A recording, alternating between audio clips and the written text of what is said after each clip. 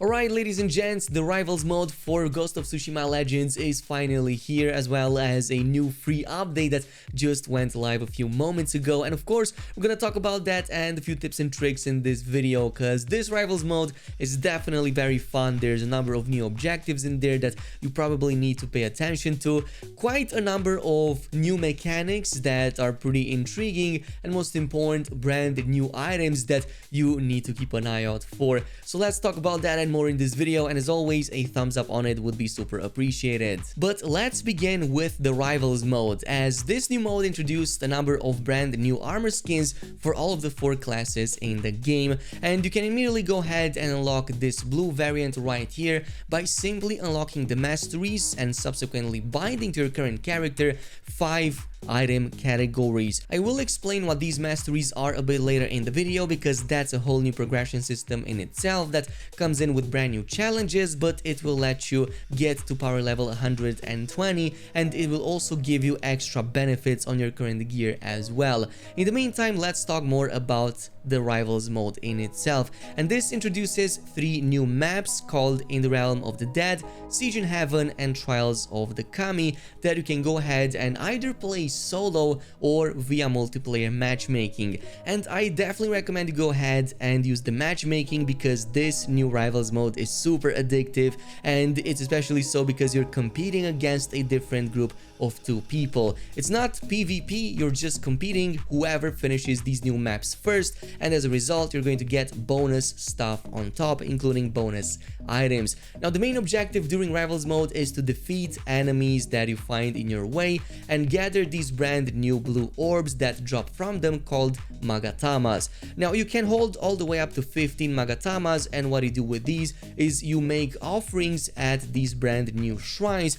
to set up traps against your rival team. This is essentially what you're going to be doing to compete against them. Now, these shrines right here will all do different kinds of things and set up different kinds of traps for the enemy team, like randomly setting the different players on fire or making them share damage, getting damage over time. There's even a catapult that you can use, and there is definitely an element of strategy here that you need to employ. You definitely need to be careful at what your enemy is doing right now and in what phase they are, because some of these will work better than others. And I especially so recommend you pay attention to the shades and the Elder Shade scrolls, because these will set up really cool traps against the enemies. The first one is the fact that it completely blocks the enemy team's ability to use their own shrines, which means that for the duration of this debuff, they aren't going to be able to use their own traps against you. The second one is the fact that it kind of spawns this Oni kind of enemy right next to their shrine, which you can see being tethered to these shrines by that red looking line right there. So if that happens on your side, you need to just take down this Oni enemy so that that bar there at the top gets cleared out and you can further use your shrines once more. That is the only way. If you don't kill the Oni, you're just going to have a perpetually blocked shrine, which means you can't use abilities against your enemies. If you use this right, and if your enemy doesn't get a chance to block them in time, you can essentially gain a massive advantage and pretty much fill your own bar right there at the top much faster than they can, which means you're that much closer to finishing your objective.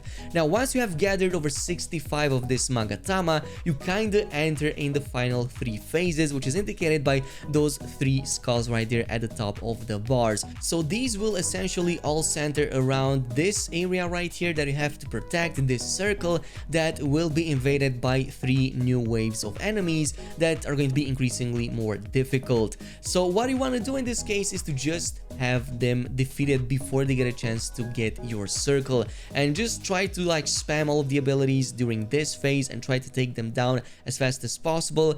As you kill more and more enemies from each wave, the bars will continue to fill until you progress to the next wave, and the first team to reach the final wave and defeat the 3rd wave is the one that will win the entire match. This is kind of like the gist of it, but there's a few more things on top that you can do along the way that will further increase your rewards and also give you more chances at winning. The next one are going to be these Onyu kind of like prisoners that you can find on your side. Usually there's 3 of them on each of these 3 maps added in the Rivals mode, and you kind of have to think well when you want to release them, because you might want to hold them off until the final phase so that they can overwhelm the enemy. What these do is that they essentially release these own new enemies that are super tough, kind of like super bosses, and they will reveal themselves on your enemy side and start attacking them. So definitely pay attention to them and definitely clear them out if they spawn on your way.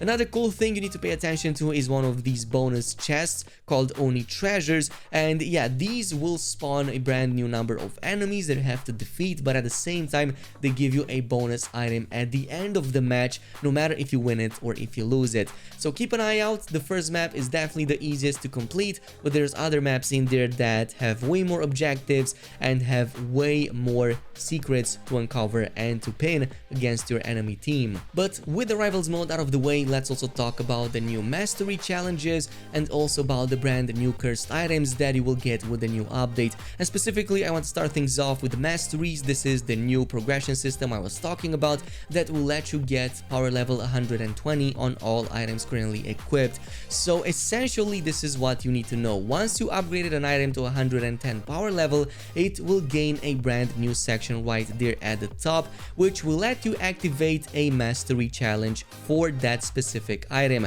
Now, these Mastery challenges can be anything from defeating a number of enemies, or defeating enemies in a certain way, or doing certain things against them, or grabbing a number of XP points. And once you have completed these Mastery challenges, you will notice something like this happening, like how I did with my main legendary katana, as in you're going to be able to claim its Mastery reward. And the Mastery reward is going to be 2 additional points of power level for that specific item. This is the main way in which you will progress with each individual item past 110 power level all the way up to the new cap of 120, which means better stats, a better item, and higher power level for your character. Now, this is something that you can do for all of the 5 types of items that you currently have equipped on your character, and once you activate them, you will notice there's a brand new icon right there in the corner of the item card.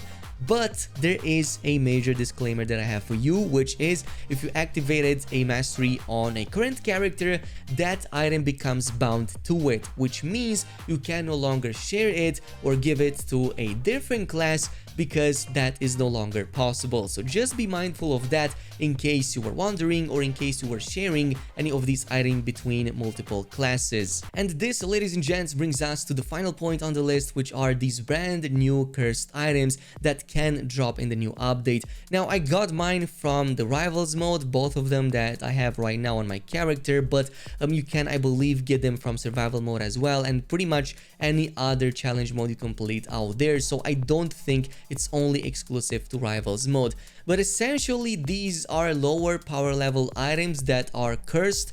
They are kind of mimicking the existing items already, so you can definitely use them in combat, but they also come in with their own new challenges. In this case, you can get something like defeating a number of enemies while burning, and so on and so forth. But the essential idea is just like in the case of the Masteries, you have to complete them to get the benefit out of them, which in this case, the benefit is collecting that purified token that is specific to each category. So as you can see, I have unlocked a ghost weapon 2 cursed item, and I completed its purification ritual, which in this case, when I collected it, it gave me a purified kind of token that only worked for that ghost weapon 2nd slot right there at the bottom. Now, you will definitely not want to waste these. You can also use these to reroll those challenges on the cursed items, but I recommend to hold these until you hit 120 power level with a specific item in that slot, because if you do so, you're going to be able to sacrifice one of these purification tokens to gain an additional perk for that type of weapon. So definitely don't do the same mistake that I did. I kind of used it to just re-roll one of these thinking I can unlock a perk early, but no, that's not actually what happens. What happens is that you just re-roll the challenge on it, which might even be be a more difficult one like how it was in my case, so do not do the same mistake I did. But this is kind of the gist of it with the Rivals mode. I will definitely keep you guys updated with other cool things that you can do in it, but in the meantime, thanks so much for watching, and I'll see you guys in the next video.